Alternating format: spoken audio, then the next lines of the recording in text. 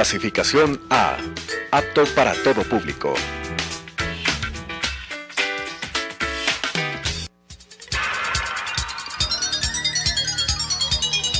Las opiniones vertidas en este espacio por la producción y dirección del programa son de exclusiva responsabilidad de sus autores y de quienes intervienen en ellos.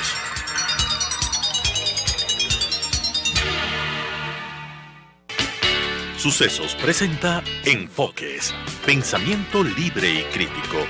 Día a día buscaremos diferentes visiones para la comprensión de la realidad del tercer milenio. Enfoques, un espacio que une noticia, análisis y opinión. Bienvenidos.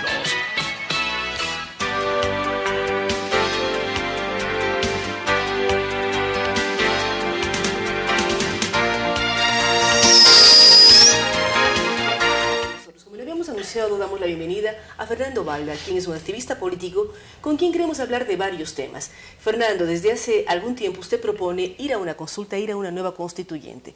¿Cómo mirar lo que estamos viviendo hoy luego de que el presidente Lenín Moreno dejó abierta la posibilidad de una consulta el pasado lunes en su enlace semanal? ¿Cómo analizar qué debe contener una consulta para que nos involucre a todos los ecuatorianos y que además sea algo simple para cambiar lo que ustedes quieren modificar para que en el país reine la democracia nuevamente? Buenos días, Claudia.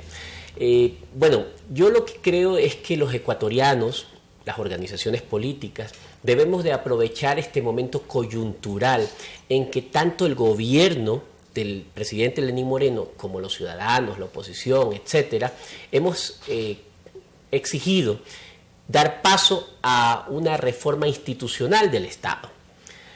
Claro, el presidente Lenín Moreno se ha dado cuenta de que el Ecuador carece de institucionalidad, de independencia de poderes, de independencia judicial, pero también yo creo que esto también tiene motivaciones enteramente políticas, partidistas y coyunturales.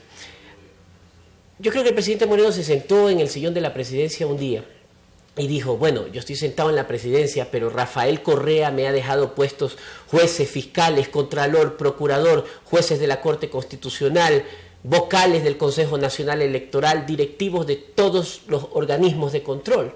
¿Quién tiene más poder? Evidentemente Rafael Correa. Y ahora que Rafael Correa se ha vuelto el antagonista de este gobierno y que intenta desestabilizar a este gobierno, pues el gobierno nacional necesita neutralizar ese pasado para poder desarrollar su programa político. ¿Es neutralizar el pasado heredado del mundo del correísmo que ustedes mencionan o es garantizar a un país el retorno a la institucionalidad y sobre todo vivir en democracia? Democracia entendamos por independencia de poderes, no es quien pone los jueces, es que los jueces deben ser libres, autónomos, independientes. ¿Cómo lograrlo en este país? ¿Cómo lograr que el Consejo de Participación Ciudadana consagrado en la Constitución efectivamente sea independiente y no dependa de los otros poderes, en los casos, como usted menciona, directamente del Poder Ejecutivo? De hecho, por eso hemos sostenido que los pasos que está dando el gobierno, como por ejemplo entablar diálogos con la oposición, diálogo y tomarse fotos con los dueños de los medios de comunicación, cambiar ese estilo totalitario, impulsivo, perseguidor de gobernar, es bueno, pero son solamente temas de forma. El gobierno nacional, el presidente Lenín Moreno, tiene que ir a un cambio de fondo, a un paso profundo, que sería, en este caso, devolverle la independencia a los poderes del Estado, la institucionalidad a las instituciones, y esto podría lograrse a través de una asamblea constituyente o de una consulta popular.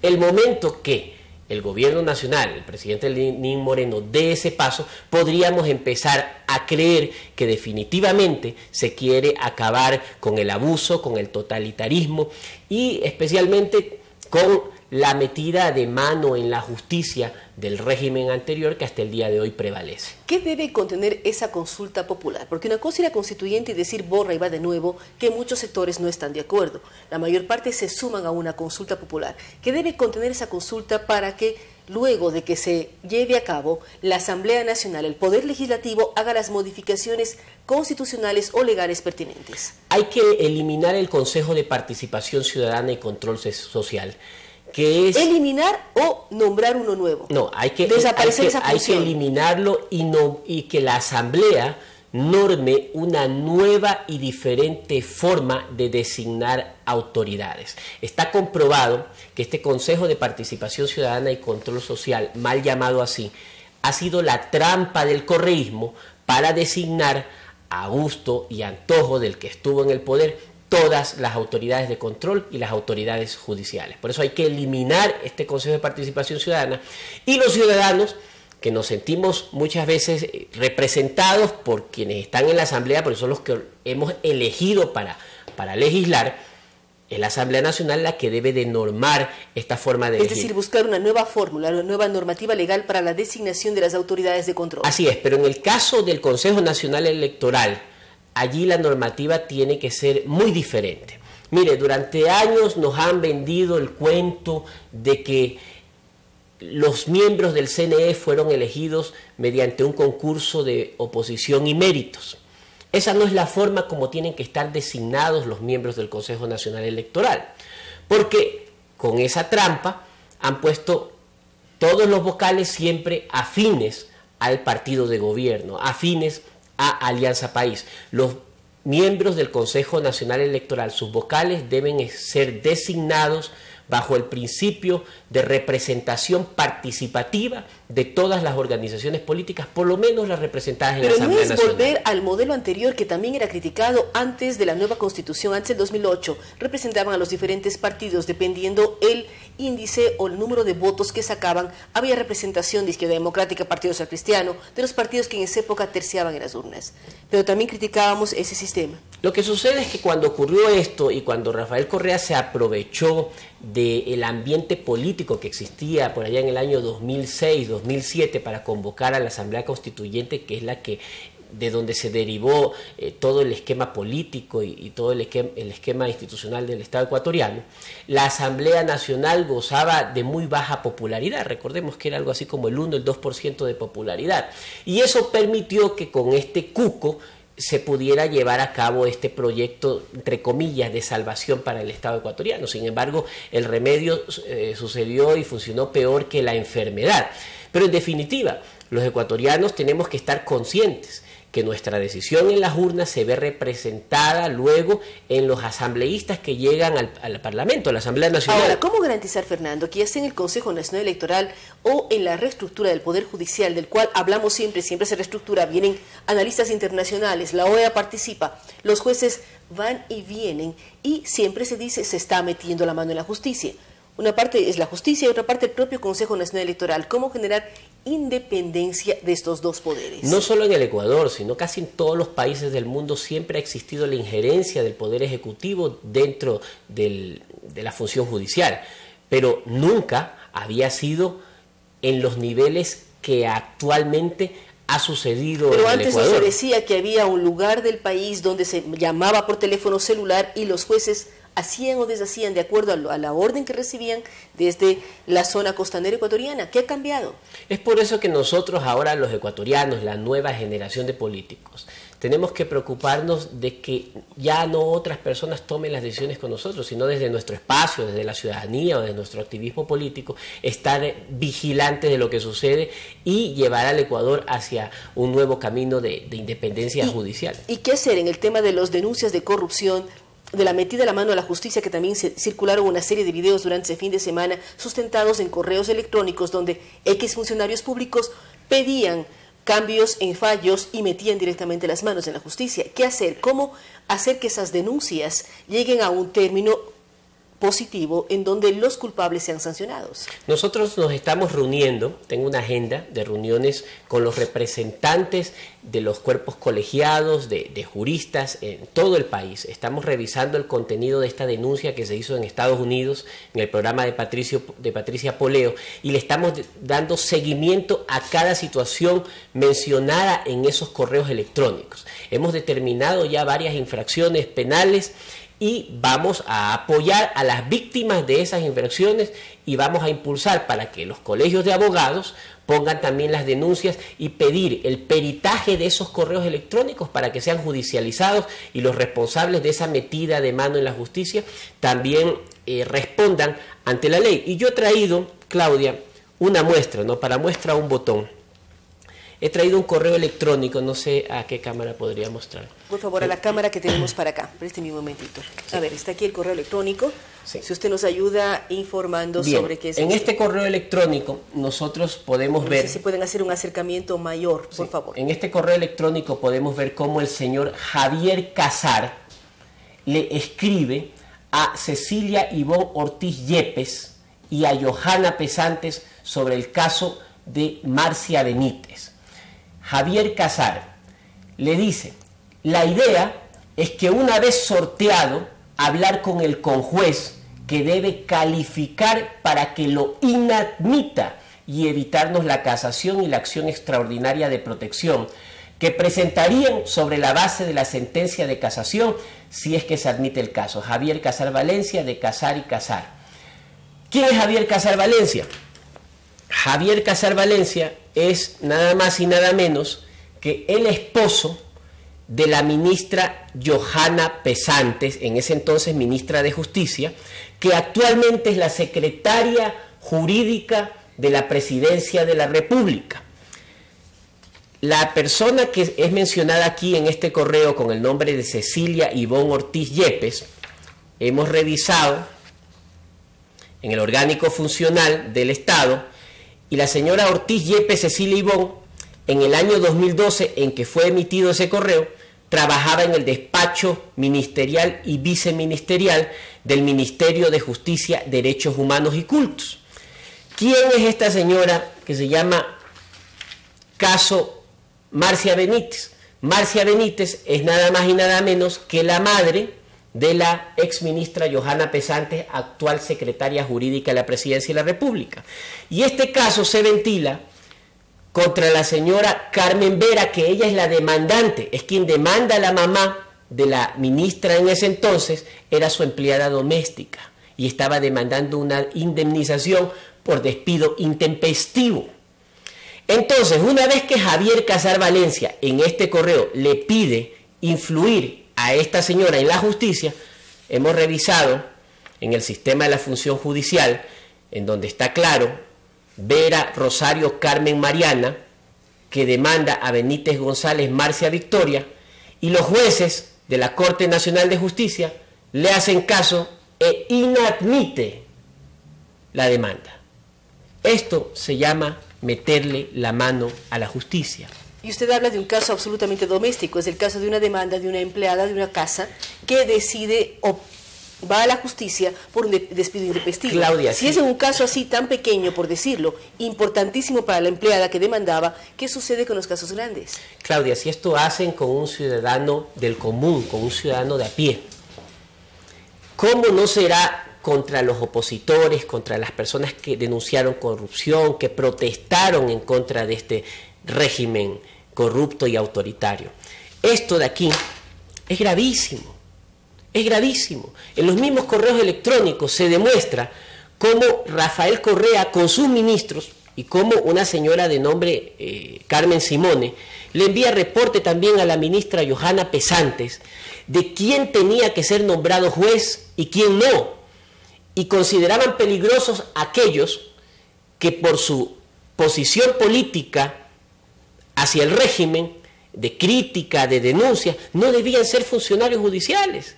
Y pintaban de verde con el mismo color que utilizan para el movimiento Alianza País a quienes sí debían ser funcionarios judiciales. La pregunta, Fernando, es cómo se aclara este tema. Si hay jueces que fueron nombrados indebidamente, si hay casos que fueron fallados indebidamente, ¿cómo lograr destrabar el tema de la justicia en el país? Hay que volver a elegir todos los jueces y fiscales en el Ecuador. La mano de Rafael Correa sigue dentro del Poder Judicial. Y el presidente Lenín Moreno, que le hago un llamado en este momento, esto es una denuncia frontal, Mañana esta señora puede salir a quererme demandar, a quererme meter preso. Usted está presentando sus datos, sus argumentos. Ella tiene todo el derecho de decir esto es así o esto no es así. Pero el presidente Lenín Moreno tiene que llamar a la ministra Pesante y decirle, mijita, usted sabe lo que ha hecho, dígamelo, dígame la verdad, porque el Colegio de Abogados de Pichincha, los juristas de todo el país, me voy para Guayaquil a reunirme con muchos miembros de la función judicial, con muchos abogados, y vamos a pedir los peritajes, que se la llame a confesión judicial. Esta señora no puede estar en la Secretaría Jurídica de la Presidencia de la República. O sea, ¿para qué lo sacó Alexis Mera, el presidente de la República? Para poner otro Alexis Mera con faldas. Porque ella es lo mismo. Esta señora es la que manipuló todo el nombramiento de los jueces en el Ecuador. Todo el derecho de defenderse. Y sí, tiene que defenderse y tiene que ir presa y tiene que ir a la cárcel. Además hay una cosa, ¿hasta qué punto los correos electrónicos son verdaderos o pueden ser forjados por? ¿Cómo aclarar la situación en caso de que es muy sencillo comprobar la veracidad. Un juez puede primero llamar a la ministra y decirle que abra sus correos y verificarlos. Primero, si no los quiere abrir, entonces solicitar al host que administra esos correos que los abra y que a través de un pedido de la función judicial se demuestre la veracidad de ellos. Pero y comprobar si los correos que están en el host guardados son los mismos que los que están mostrando ustedes. Así es, pero de hecho lo que ya ha sido revelado en canales de televisión como Ecoavisa, en medios de prensa escrita también, todo ha sido cotejado y corresponde perfectamente a lo que está dentro de esos mails con lo que sucedió ya en físico, en la realidad. Con las sentencias que se dieron en las cortes. De hecho, pues aquí, yo no sé, habría que ser pitonizo, muy creativo para inventarse esta relación de los hechos, pues, ¿no?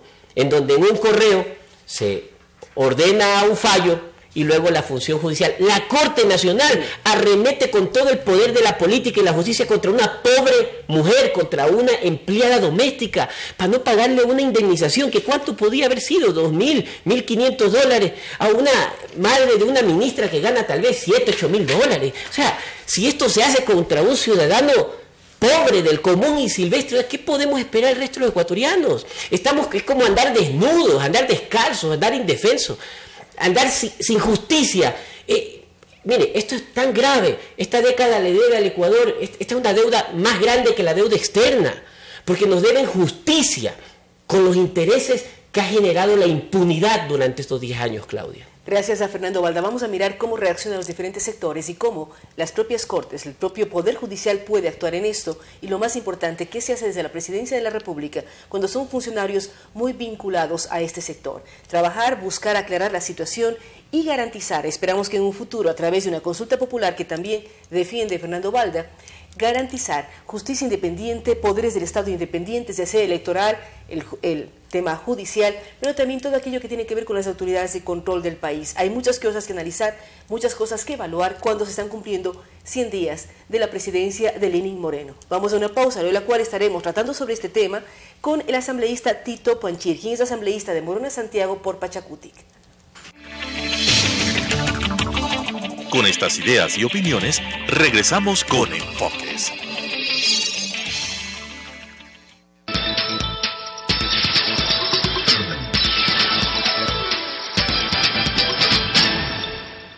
En Radio Sucesos, nuestras voces y mensajes tienen la huella digital de la calidad. Cada minuto al aire es el resultado de nuestro compromiso con la excelencia, de nuestra vocación por hacer la mejor radio. Con el cuidado por la palabra y con la más bella música, somos, a lo largo de las 24 horas, su mejor compañía. De 8 a 9, con Félix Narváez. Información precisa y oportuna, opinión directa y responsable. Este y todos los sábados aquí en Sucesos desde las 8 horas. Opinión y noticia para ustedes. Cordialmente invitados. De 8 a 9, sábados de 8 horas a 9 horas. 101.7 Radio Sucesos. Quito TV es una revista noticiosa en donde sintetizamos diariamente la información local, nacional e internacional, desarrollada y analizada por expertos. Quito TV, lunes a viernes, a las 7 horas, a las 12:30 horas, a la 1 de la madrugada.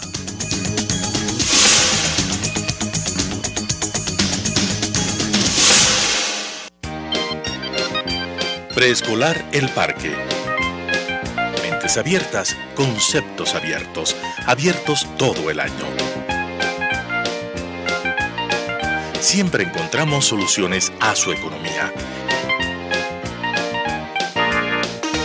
Educación inicial para niños de 1 a 5 años.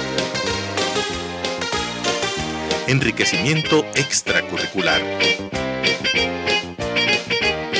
Entorno seguro y estimulante.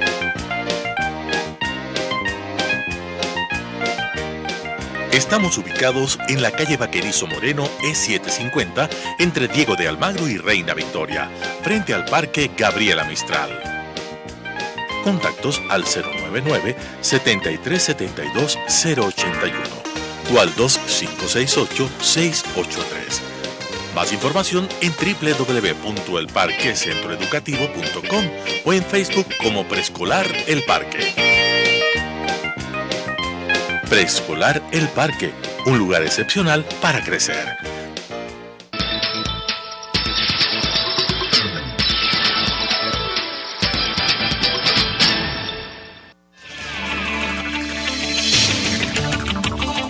Con nuevas ideas y opiniones, estamos de vuelta con Enfoques.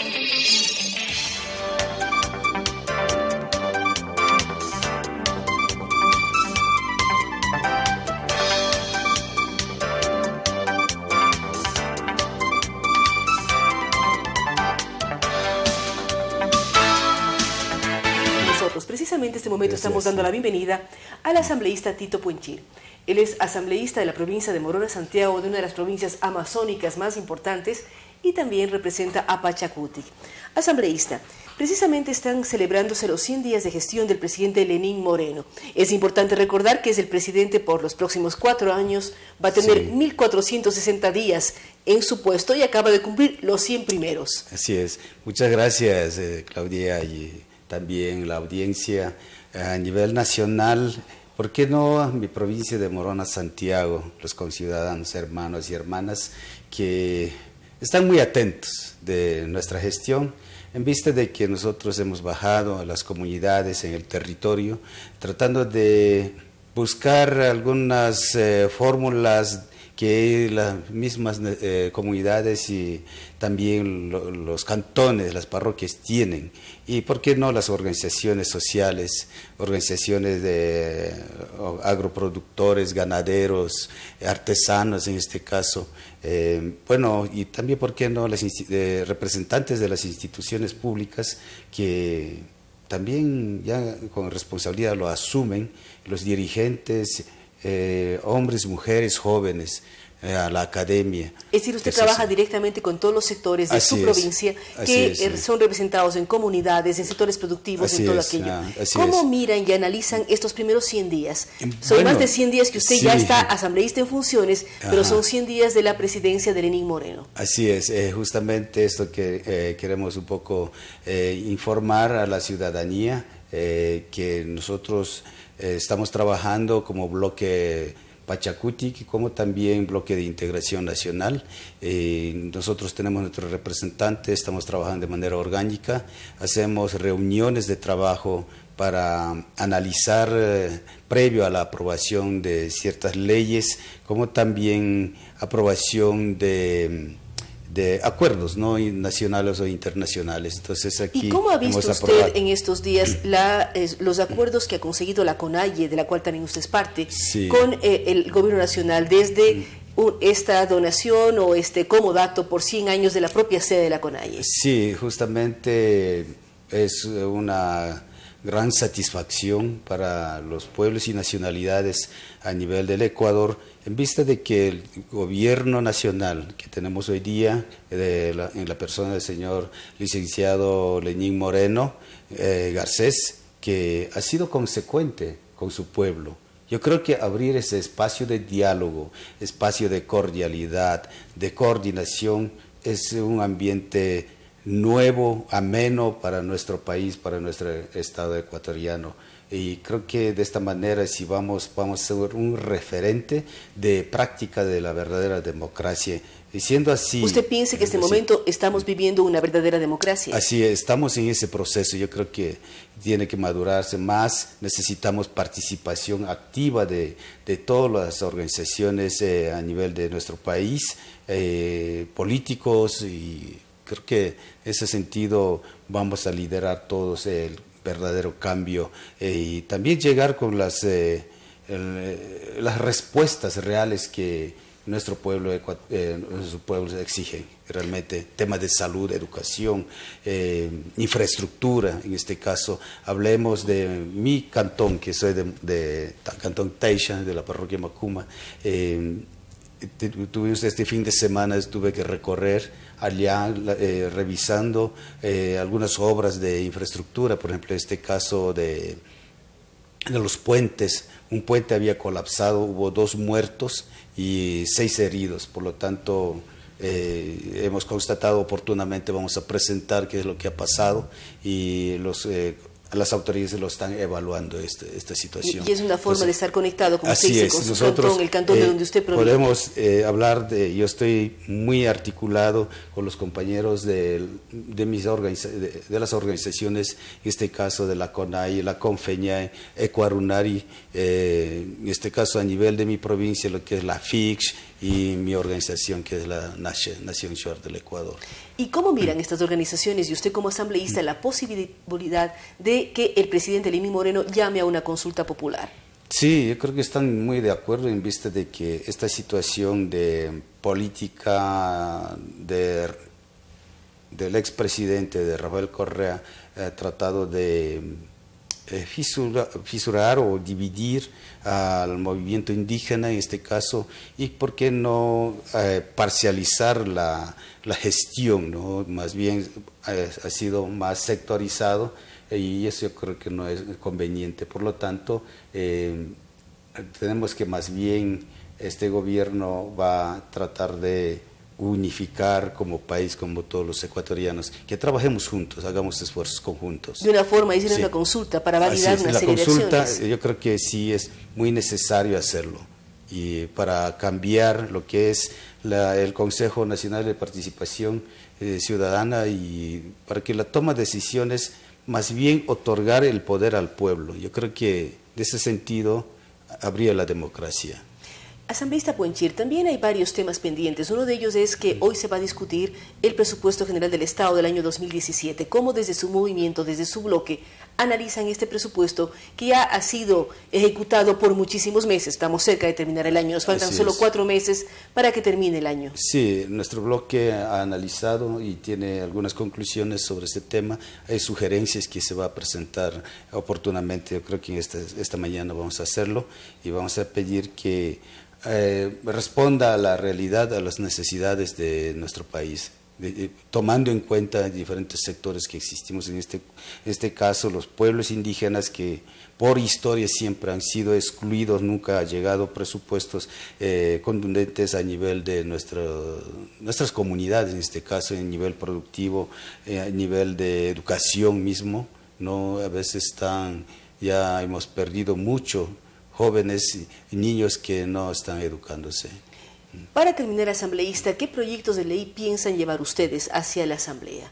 ¿Qué propuestas quieren que la Asamblea trate, analicen para ayudar a los sectores amazónicos que usted representa y defiende? Fundamentalmente está la ley especial amazónica, en este caso CTA, que en esta ley lo va articular muchas cosas, en tema de lo que es el tema territorial de los pueblos y nacionalidades del Ecuador, como de la Amazonía ecuatoriana, como también la redistribución de beneficios de manera equitativa y justa, porque, por ejemplo, en tema de extracción de petróleo, de extracción de minas, solamente lo extraen y nunca devuelven, no se retribuye para lo que es el tema de cuidado ambiental, educación, salud, ¿no?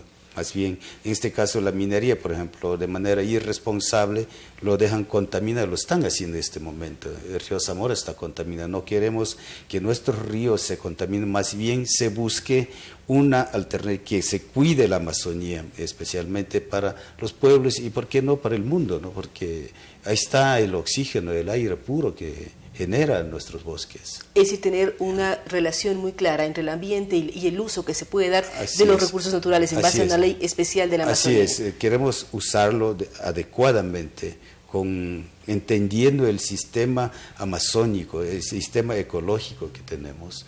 No puede ser que un proyecto perjudique a la mayoría de los ecuatorianos. Por lo tanto, va a ser fundamental reforzar. Sé que están trabajando en la comisión, pero nosotros también estamos participando, sugiriendo. Yo soy parte de la Comisión de Derechos Colectivos y dentro de la Asamblea Nacional. Y como también por el encargo o delegación del señor presidente de la Asamblea Nacional, doctor José Serrano, estoy participando en la Comisión de Pueblos Indígenas y Etnias a nivel de Parlamento Latinoamericano y Caribeño. Usted está con una participación importante. Así es, Muchísimas con la gracias. finalidad de estamos buscando, tratando de tratar de coordinar con diferentes hermanos parlamentarios del continente, tratando de armonizar las leyes internacionales con las nacionales, cosa que no pueda violentar una ley, tanto la Constitución como también leyes internacionales. Es decir, cuidar que exista respeto así es, a nivel global, por decirlo así, a todas las conquistas de las nacionalidades así indígenas. Es. No podemos ser excluidos, por ejemplo, en tema de derechos lingüísticos, por ejemplo, o derechos territoriales. ¿Cuántas lenguas habla usted? Yo hablo solo 3. ¿Cuáles son? Poquito ¿Español? Inglés. Español, quichua, shuar, mi idioma, y inglés básico. Entiendo poco. Es decir, pero usted defiende sus lenguas, el quichua y el shuar. Sí, Muchísimas gracias al gracias. asambleísta Tito Puenchi. Recordamos que es asambleísta de la provincia de Morona, Santiago. Pues hemos hablado de varios temas, los 100 días de la Asamblea, el trabajo que están llevando a cabo, la situación de la CONAIE, que él saluda la posición del presidente Lenín Moreno, luego de que existe un ambiente de mucho más diálogo al momento actual. También habla de posibles proyectos de ley que están preparando para garantizar los derechos amazónicos, el cuidado del ambiente. Él dice no solamente para el Ecuador, sino para el mundo. La Amazonía es el guardián, el cuidado del agua y del aire del planeta. Por lo tanto, hay que cuidarla, preservarla, generar leyes que garanticen que si se extraen recursos minerales, ya sea petróleo o minas, recursos naturales, tengamos el cuidado necesario para lograr cuidar el ambiente y en caso de que se lo dañe en un momento dado, hablar muchísimo de remediación ambiental. Temas todos importantes. Gracias al asambleísta Tito Puenchi. Vamos a ir a una pausa, luego de la cual estaremos dialogando con Pablo Sechi, quien es director ejecutivo de la ONG Poder Ciudadano. Ellos están aquí desde Argentina por un evento convocado por la Fundación Ciudadanía y Desarrollo, cuyo tema central es la lucha contra la corrupción en América Latina. Con estas ideas y opiniones, regresamos con Enfoques.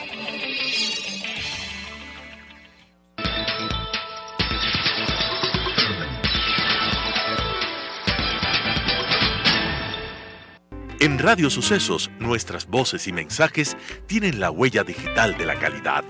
Cada minuto al aire es el resultado de nuestro compromiso con la excelencia, de nuestra vocación por hacer la mejor radio. Con el cuidado por la palabra y con la más bella música, somos, a lo largo de las 24 horas, su mejor compañía. Frente a la vida, con Juan Diego Umpierres.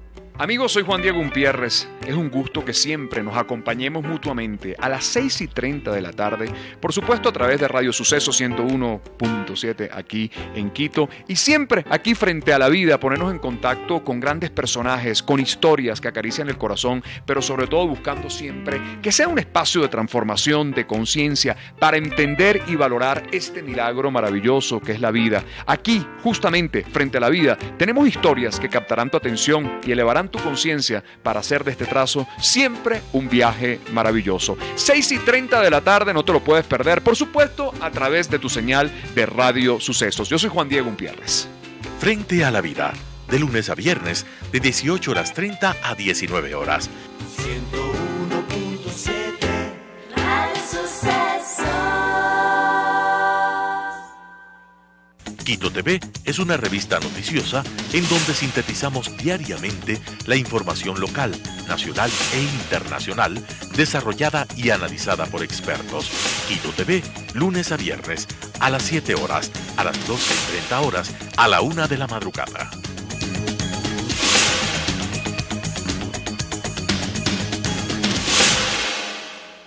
La historia está hecha de lo que unos quisieran olvidar y lo que otros no pueden olvidar. Es tarea del historiador averiguar el porqué de lo uno y de lo otro. Carlos Freile la asume con grandes y pequeñas historias de la historia.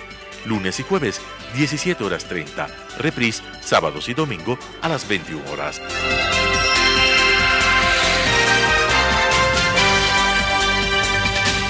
Realidad Nacional.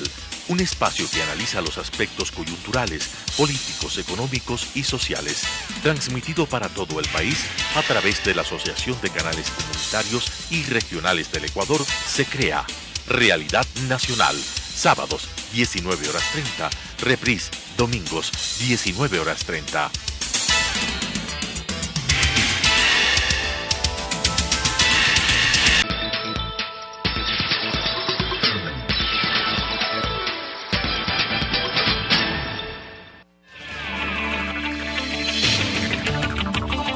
Con nuevas ideas y opiniones, estamos de vuelta con Enfoques.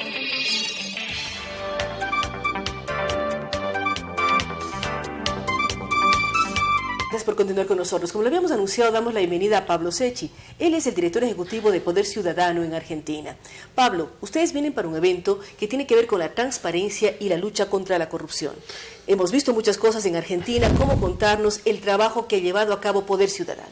En Argentina y en Latinoamérica tenemos grandes desafíos en materia de lucha contra la corrupción. Estamos aquí en un evento básicamente para hablar de cómo se utilizan los recursos públicos en Latinoamérica y cuáles son las normativas y las prácticas que hay que mejorar. Y en Argentina, por supuesto, también tenemos un trabajo muy fuerte, principalmente arraigado en el acceso a la información pública y en la rendición de cuentas por parte de los gobiernos, de los partidos políticos, etcétera. Y son desafíos que obviamente hoy están arriba de la mesa, principalmente enmarcados en varios casos internacionales. Uno de ellos es el caso Odebrecht, el caso Lavallato, que nos muestra un poco, y Brasil quizás es yo digo, envidio un poquito el caso brasilero porque se está conociendo qué es lo que pasó. Se está conociendo y Brasil nos da ejemplo de independencia de poderes. El Poder Judicial actúa, el famoso juez Moro actúa y hay un equilibrio en un momento dado, todo aquello que tiene que ver con controles y balances en los poderes de Brasil. Al menos hay un juez y una fiscalía temática muy especializada en el tema que está avanzando muchísimo y se está revelando hasta dónde la corrupción penetra. Lo que nos sucede, al menos en Argentina, no sé cómo será aquí, es nosotros pensamos que el presidente y un par de ministros son los que están involucrados en la corrupción, pero verdaderamente el caso brasileño lo que nos muestra es que toda la clase política, hay más de 150 procesados en el Congreso Nacional Brasilero involucrados en este gran caso de corrupción. Lo que nos hace envidiar un poquito del caso brasileño es que la matriz de corrupción se ha descubierto. Ahora veremos cómo evoluciona y cómo termina esto. Ahora, ¿cómo lograr que las normativas y las prácticas de los gobiernos en América Latina no reproduzcan estas matrices de corrupción? Porque uno mira el caso Odebrecht, bajamos por toda América y en toda América hay el fantasma Odebrecht, llámese Centroamérica, llámese el Caribe, y todo el mundo latinoamericano, uno piensa en Perú, piensa en Colombia, piensa en todos los países que están involucrados, es casi se salvan muy pocos. ¿Cómo lograr que las normas y las prácticas que hagan nuestros gobiernos garanticen que se va a erradicar la corrupción? Muchas veces lo que nosotros intentamos es pensar que una ley, una modificación normativa nos va a cambiar la realidad en materia de corrupción o en cualquier otro tipo de materia que analicemos. En Argentina al menos, y creo que usted dio en la tecla, no tenemos un juez Moro, no tenemos una justicia independiente. Tenemos 12 jueces federales, por ejemplo, que son los que investigan la corrupción hace muchísimos años, son los que se callaron durante el kirchnerismo a raíz de todos los casos de corrupción, y son los que hoy tienen que investigar y se despiertan luego. Ahora, Pablo, ¿cómo fueron nombrados estos jueces? Le hago la pregunta porque aquí en el Ecuador hay muchas críticas de cómo son nombrados los jueces. Acabamos de hacer una entrevista a Fernando Valda, se habla de que el Ejecutivo, el poder manejado por el expresidente Correa, fueron quienes definieron en un momento dado el nombramiento de los jueces. El Poder Judicial dice, no es así, pero quedan dudas. ¿Cómo se nombran los jueces y magistrados en la Argentina? Bueno, parte de esos jueces en Argentina fueron elegidos por el presidente porque fue hace mucho tiempo, después se modificó el sistema, se organizó un consejo de la magistratura con participación de partidos políticos, de académicos, de universidades, de abogados. Sin embargo, el problema no es tanto la elección, sino el control posterior de esos jueces. ¿Qué pasa con esos jueces? ¿Cómo puede la ciudadanía controlar que las cosas que llevan adelante las hagan bien, que las decisiones que tomen se ajusten a derecho y no sea porque se le pagó un soborno, porque tienen intereses políticos? En Argentina el gran problema, imagino que aquí también es así, son los intereses políticos de estos jueces. Por eso yo le ponía el ejemplo. En Argentina tuvimos una presidenta, en realidad un binomio presidencial durante 12 años y los jueces empezaron a investigar a partir del 10 de diciembre de 2015, cuando la presidenta se fue. Entonces, ¿qué hacemos con estos jueces que estuvieron callados durante 12 años? ¿Pueden ser los paladines de la justicia esperan que hoy? Se vaya e investiguen qué sucede. Exactamente. Y es lo que va a pasar aquí también, seguramente. Bueno, aquí también hay muchos cambios. A partir del 24 de mayo estamos cumpliendo 100 días del nuevo gobierno y las cosas se empezaron a mover de manera Entonces, diferente. muchas veces ponemos la lupa en el Congreso, que hay que ponerla, ponemos la lupa en el Ejecutivo, que hay que ponerla, pero hay que mirar mucho el Poder Judicial, cómo transparentar ese Poder Judicial, cómo tener quizás, y es una discusión que estamos llevando en Argentina, una justicia específica en materia de corrupción, como fue lo que pasó en Perú, especialmente con el caso Fujimori Montesinos. Hoy nos está visitando aquí en el seminario que tenemos a la tarde en el Marriott el presidente de Transparencia Internacional, que fue el fiscal que terminó poniendo preso a Fujimori y a Montesinos a partir de leyes que se conocen en Argentina del arrepentido o de delación premiada, como se conocen en Brasil. Esto es cómo se negocia también con los responsables de la corrupción. Esto de cómo se negocia con los responsables de la corrupción no debería ser tan simple como solamente mencionarlo. Pablo decía, no basta con una ley que cambie para que la gente la cumpla y la gente deje de ser corrupta. ¿Cómo negociar con el tema corrupción? Lo que nos está permitiendo a los países de América Latina saber hasta dónde llegamos son las delaciones que los brasileños están haciendo. Que eso les permite que sus sentencias se reduzcan, es negociar con la corrupción. Pero ese negociar con la corrupción es identificar más corrupción. Exactamente, es descubrir la matriz. ¿Cómo se descubre la matriz de corrupción? Cuando alguien que estuvo metido adentro te dice, yo estuve metido adentro. Para yo darte información, vos tenés que negociar conmigo. Es lo que está haciendo el juez Moro en Brasil y lo que están haciendo los fiscales. Entonces le dicen, tu pena puede ir de 10 años a 18 años de prisión. Bueno, yo te la voy a bajar a 8 años, pero vos decime, ¿quién es el que está arriba? ¿Quién es el verdaderamente dueño de este negocio de la corrupción? Y ante esa denuncia se vuelve a negociar. Y si esta información después se verifica, efectivamente se le baja la condena, por ejemplo, puede ser otro tipo de negociación, a las personas involucradas. Esto es lo que tiene que empezar a suceder. Tenemos que lograr que todos los que están involucrados en esta matriz de corrupción comiencen a hablar y comiencen a dar información.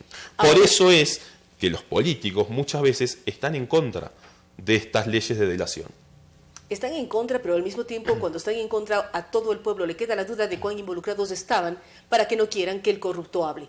¿Cómo lograr? Es la pregunta fundamental que todos nos hacemos. Que cuando se empiecen a conocer estas matrices de corrupción, el siguiente gobierno, el siguiente funcionario no caiga en las tentaciones, no vuelva a ser corrupto. ¿Cómo ir logrando en base a sanciones, a penas, a multas, que la corrupción empiece a dejar de funcionar como ha funcionado en todos nuestros países? El caso argentino, uno recuerda los dineros o el baúl que botaron en un convento. O sea, hay imágenes que uno las tiene grabadas en su memoria.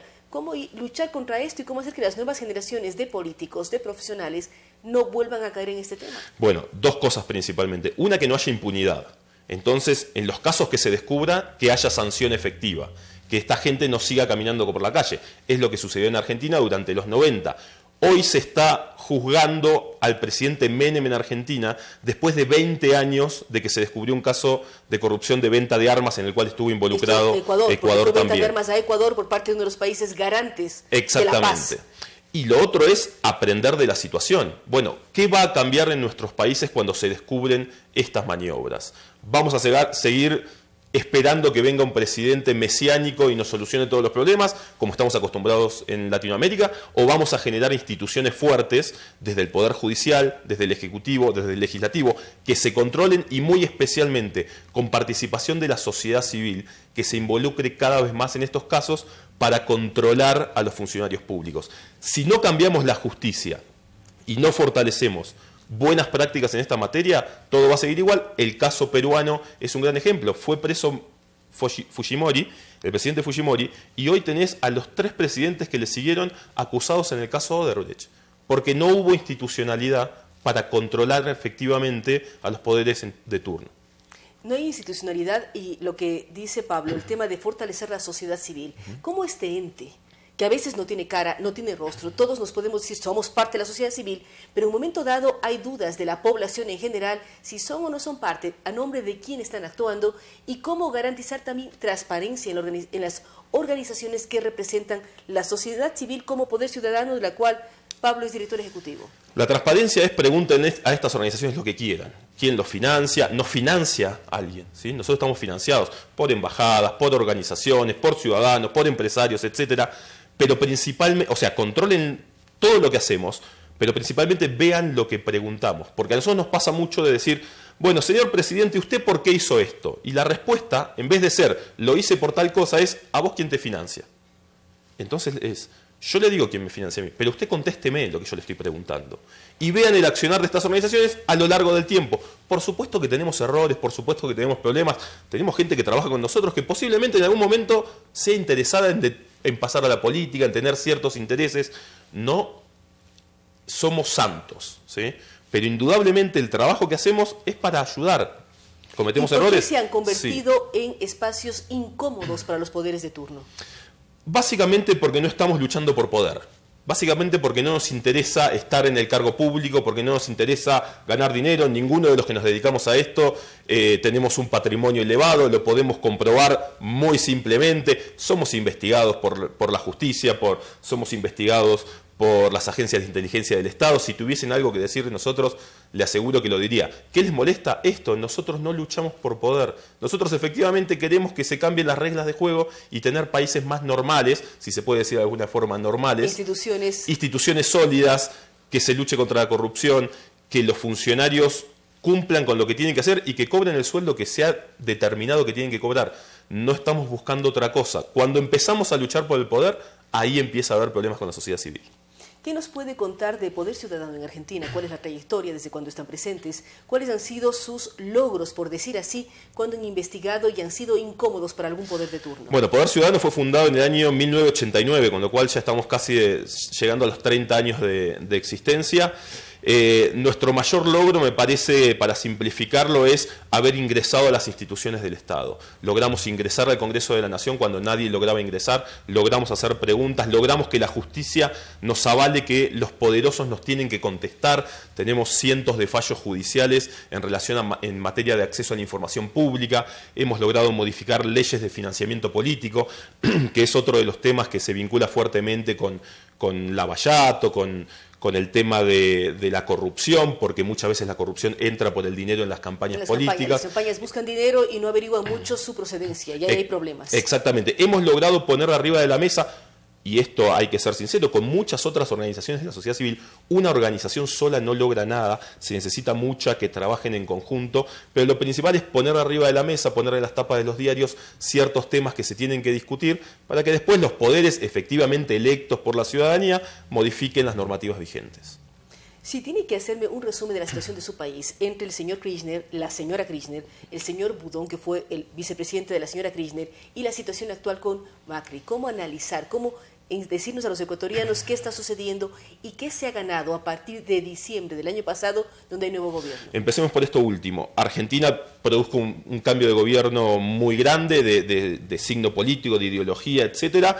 Indudablemente se encontraron con una situación muy complicada, y volvamos a hablar de la materia institucional. No me voy a meter quizás en lo económico, que es más complicado.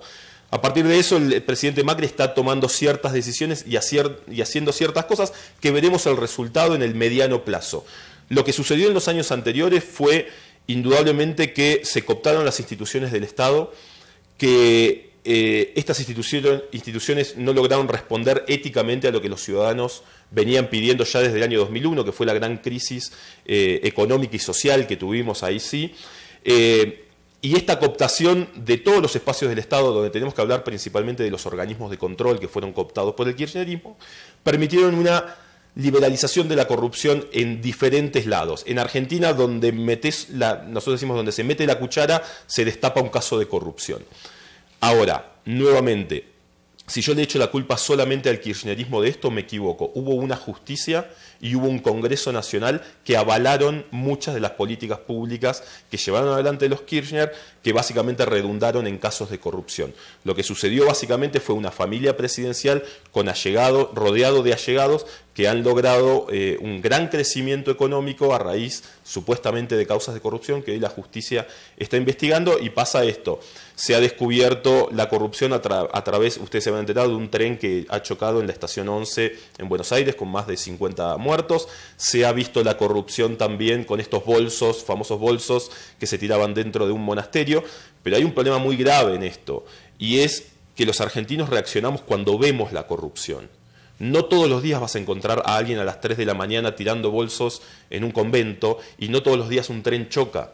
Nosotros tenemos que empezar a ver la corrupción en otros aspectos de la vida cotidiana, principalmente en la calidad de vida de los ciudadanos. Sin que ese tren choque, la gente ya viajaba muy mal en ese transporte público. La gente viajaba aplastada, las concesiones se daban sin ningún tipo de control.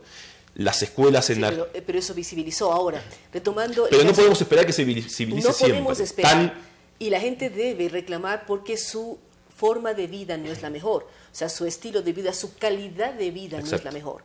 Y muchas veces es porque se filtra muchísimo dinero a través de la corrupción. ¿Cómo lograr esto? Y también quisiera que nos digas cuál es la imagen que tienes de Ecuador con un post-correísmo o un correísmo todavía como fantasma acá, luego de las últimas elecciones, y en donde además hay un gobierno de la misma línea política. ¿Cómo analizar? Y cómo lograr que la ciudadanía se dé cuenta. Fuera de micrófonos decíamos, es tanta la corrupción, son tantos los miles de millones de dólares que se mencionan diariamente, que uno ya está alejado. No logra dimensionar el monto, los costos y lo que nos ha significado a cada ecuatoriano o a cada argentino o a cada latinoamericano el tema corrupción. Sí, exactamente. Me parece que no podemos dimensionar qué se podría haber hecho con ese dinero, y al mismo tiempo cómo se podrían haber hecho mejor las cosas si no se pagaba un soborno para realizar una obra pública. ¿Cómo hubiese sido esa obra pública en la realidad? Sobre la situación de Ecuador, la verdad desconozco bastante el caso, más allá de lo que llega a los medios argentinos, que a veces no nos preocupamos en los países de Latinoamérica por qué le pasa al vecino, pero conociendo un poco la realidad en estos días que estuvimos aquí, entendemos que es un gobierno de transición, entendemos que ha cambiado hace poco tiempo. Veo una figura muy parecida con Correa en Bélgica, con Cristina Kirchner en Argentina, intentando torpedear y bombardear al gobierno actual. También sabemos que han surgido varios casos de corrupción, especialmente el vicepresidente está involucrado en un caso, como ha sucedido en Argentina también con nuestro vicepresidente. Pero me imagino que hay que esperar que se atenúen un poco la espuma, el agua, y ver qué reformas hay que llevar adelante. También entendemos que si bien es del mismo signo político, ya hay unas diferencias muy fuertes entre Correa y el presidente actual. Creemos que Ecuador también necesita llevar adelante reformas, pero principalmente a respetar la institucionalidad. Esto que en muchos países de Latinoamérica no ha pasado, y en otros sí. Si nosotros vemos principalmente el caso uruguayo, cómo se respetan las normas en Uruguay, cómo las instituciones funcionan de una forma más aceitada. Yo siempre hablo de el engranaje de la corrupción y el engranaje del sistema de integridad, que tiene que estar muy aceitado. Para que funcione bien, porque si está sin el aceite, deja de funcionar y empieza a trabarse. Sí, y especialmente no esperar que una sola pieza sea la que funcione y nos solucione todos los problemas, que es lo que esperamos los latinoamericanos con estos presidencialismos mesiánicos. Tenemos que esperar que las instituciones funcionen, que el Congreso funcione, que los organismos de control, en Argentina tenemos 4 o 5 organismos de control que no funcionan como deberían funcionar. Cuando esos engranajes funcionen y la ciudadanía exija que funcionen, vamos a tener soluciones a los problemas que tenemos. Muchísimas gracias a Pablo Secchi. Recordamos que él es el director ejecutivo de la Fundación Poder Ciudadano de Argentina. Con él hemos hablado de un tema que nos une a los latinoamericanos ahora, que es el tema corrupción. Ellos buscan transparencia, buscan conseguir información y dice, las ONGs no somos tan santos, pero lo que hacemos es investigar, chequear lo que está pasando en el poder, a veces no ser cómodos, pero lo importante es que las ONGs transparentan la información, de dónde vienen sus fondos, no buscan enriquecerse y no buscan espacios de poder. Lo que buscan es que la ciudadanía esté informada y se averigüe en cada caso que denuncien. Así es que gracias a Pablo Secchi. Con ellos vamos a tener un evento el día de hoy aquí en el Ecuador que tiene que ver con transparencia y corrupción, que esperamos ustedes estén pendientes. Este evento lo organiza la Fundación Ciudadanía y Desarrollo. Gracias a nuestros invitados del día de hoy, gracias a ustedes que nos han acompañado. Recordamos que este programa ya con el apoyo de Agua de Quito y Quito Alcaldía. Les esperamos mañana, 7 de la mañana, Radio Sucesos, 7:30, Radio Sucesos y Telesucesos.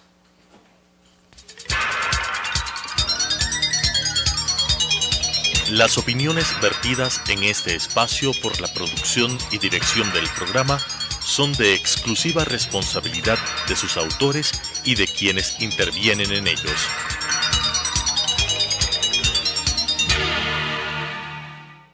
Sucesos presentó Enfoques, pensamiento libre y crítico. Día a día buscaremos diferentes visiones para la comprensión de la realidad del tercer milenio. Enfoques, un espacio que une noticia, análisis y opinión. Hasta la próxima.